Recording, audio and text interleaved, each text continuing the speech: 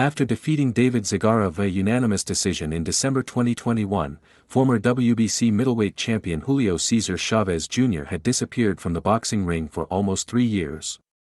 He did make a comeback against former MMA fighter Uriah Hall in July 2024, with a unanimous decision win. However, even then, he looked sluggish and gassed out in the 6-round fight. So, the result of the Jake Paul fight last Saturday night was always clear for most. And that's exactly what happened. The problem child immediately took the lead from the first round, with Chavez Jr. failing to throw punches except for 1 or 2 every now and again. The son of Mexican boxing icon, Julio Cesar Chavez Sr. was a shell of his former self, unable to do any real damage. However, he came alive in the final 2 rounds against the problem child, who had grown exhausted by the time, winning both rounds. Despite that, it was too little, too late. Jake Paul, of course, got his unanimous decision and went home with his 12th career win. However, Chavez Jr. seems to have a different view of how many rounds he actually won. As he made a heartfelt confession. "I lost the fight because I think I won the last 3 rounds," he confessed during an interview with FightHub TV.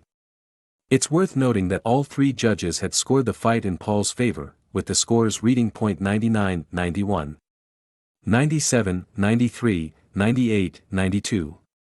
Chavez Jr. acknowledged that he had started fighting late, adding, "I need to throw a little more punches." Even the stats reflected this. However, Julio Cesar Chavez Jr. felt he won more rounds than he was given credit for.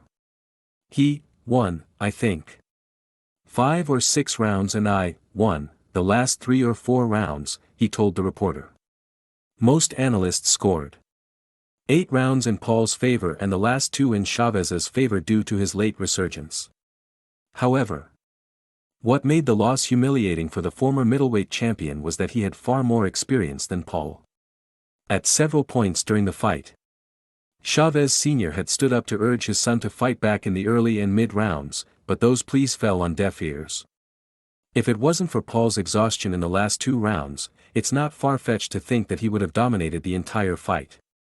Regardless, what does the actual punch output reveal?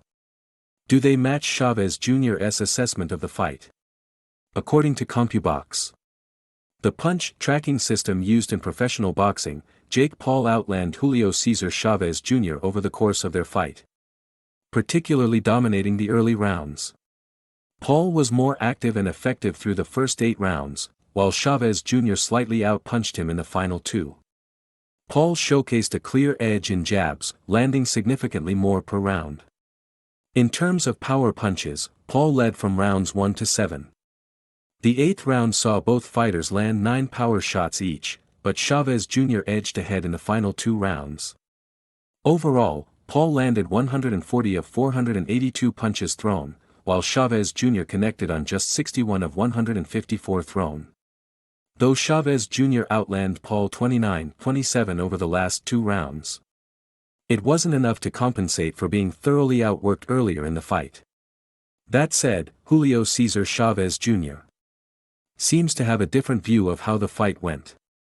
Despite acknowledging his loss, the 39-year-old is overestimating how he actually performed. However, do you agree with the former champion?